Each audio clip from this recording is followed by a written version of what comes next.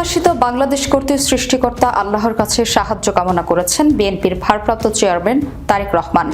রাজধানীর ৩০০ ফিটে গণসংবর্ধনা অনুষ্ঠানে উপস্থিত জনগণের উদ্দেশ্যে তিনি বলেন, আমার সঙ্গে আজকে মঞ্চে বহু জাতীয় নেতৃবৃন্দ বসে আছেন। আজকে আমরা দুহাত তুলে আল্লাহর দরবারে দোয়া করি, আল্লাহর রহমত আমরা চাই। আমরা জনগণের প্রত্যাশিত বাংলাদেশ গড়ে তুলতে চাই।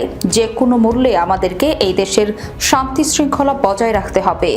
যে কোনো উস্কানির মুখে আমাদের ধীর শান্ত থাকতে হবে।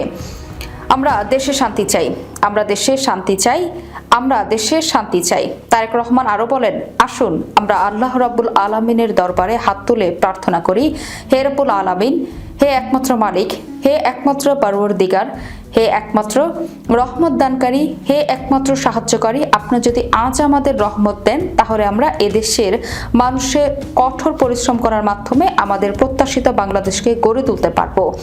আজ যদি আল্লাহর রহমত, আল্লাহর সাহায্য, আল্লাহর দয়া মানুষের উপর থাকে, ইনশাল্লাহ আমরা আমাদের প্রত্যাশিত বাংলাদেশ গড়ে তুলতে পারবো। আমরা সকলে মিলে প্রতিজ্ঞা করি যে আগামী দিন দেশ পরিচালনার দায়িত্বে যারা আসবেন, আমরা সকলে মিলে নবী করিম সাল্লাল্লাহু আলাইহি সাল্লামের ন্যায়পরায়ণতা, তার আলোকে দেশ পরিচালনা করব। যোগ করেন বিএনপির ভারপ্রাপ্ত চেয়ারম্যান।